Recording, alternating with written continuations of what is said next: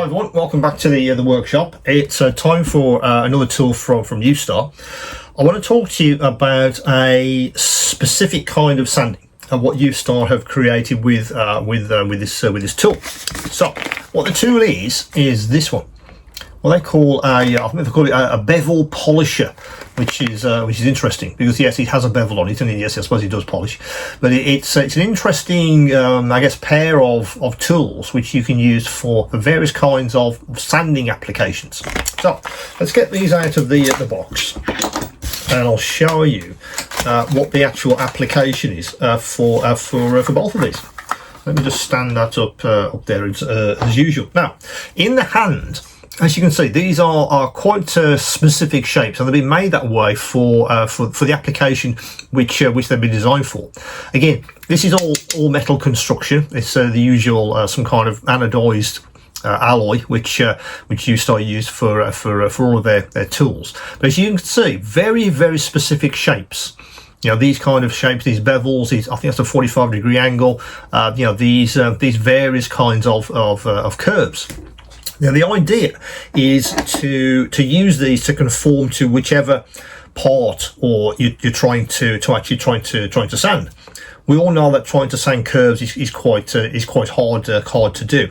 But for instance, if I take say this one for instance, get a bit of self-adhesive sandpaper. Yeah, I use the obviously I use the Dspiae versions of that. Let me try and stand him up on my little block. There it is. So let me just cut a little bit of sandpaper to fit into one of those recesses. Let me just put that down and try and get the backing off. There it is.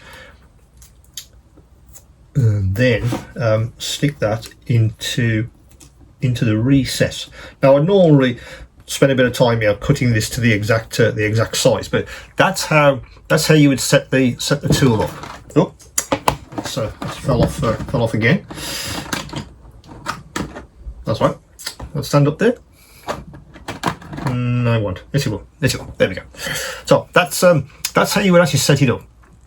So it's stuck onto that particular curved recess on the actual tool itself. Now anything that you want to sand that has that curve on it, that's why it's ideal. So let me reach over and get something that's curved.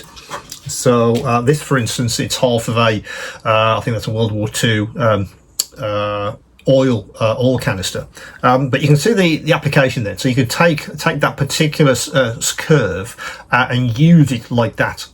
Anything that conforms to that shape, you can then sand that with a lot of accuracy because you're not trying to sand it with a straight edge. It's conforming to that. So I'm trying to take off that band there, for instance, or take some material off. So that's how I would use that particular face. If the curve was more pronounced, I use one of the other faces because they're all different. But that's one way of taking off some material, as you can see, but it conforms to the actual shape itself.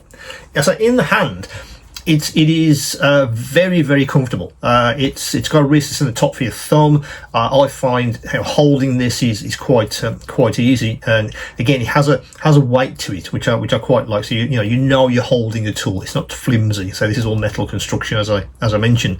So sanding those kinds of shapes or those kinds of faces on your model suddenly becomes very easy indeed. Now the other tool has some flat faces and some angled faces, which again, conforming to various angles on your model could be ideal. So let me take that bit of paper off there, and let's say put it into that face there, which is, I think that's a 45 degree angle. So that's how that would stick onto the actual tool itself. I'd spend a bit more time probably measuring this so it actually fits correctly. Yeah, again for the accuracy. Yeah. So let me get over Mr. Tank once again. So for instance, if there was something on this face, that's where this tool comes into its own, because I've got the paper on that face there, and if I want to sand something, it conforms, as you can see. if I tip it like that, I think you can see how that's there. You can see how it conforms to that particular shape and that particular angle, and then you can then sand with a lot of accuracy, because you know that angle when you're pushing against that particular space is the right angle for that particular part. As you can see, that's taking off the material, and you basically match the angled face to whatever you're trying to sand. You know, there's a right angle in there as well. There's a slightly different angle on this face as well. I've even put stuff on these flat faces because I want something to hold like that, and then bring the part in to sand it like that. I'll put stuff on that face, and even that face works well with a bench vise. You can put your part onto the bench vise and then come in with this and then sand with accuracy. It's not like holding a pen, or it's not like holding a sanding block, for instance. This gives you more control, because you're actually holding the actual paper against the part at the right angle, which is the important aspect to this. But I just felt these were very, very useful. Again, as an application, if you do say, yep, I do need to sand a 45-degree angle on something, how can I do that with accuracy?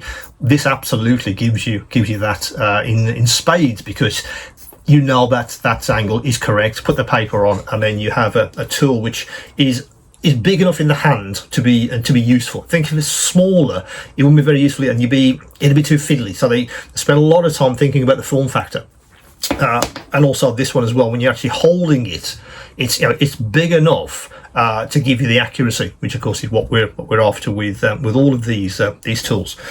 So that is the well, they call it a bevel polisher, but I think on the store I'm probably going to call it the angle sander. They are potentially quite a useful duo. I felt when I first sort of started to use these, very, very useful for some applications. Again, if you have an application for these guys, then absolutely it could be a game changer for you. So as always, any questions, any queries, do come back to me, and of course, keep on modelling.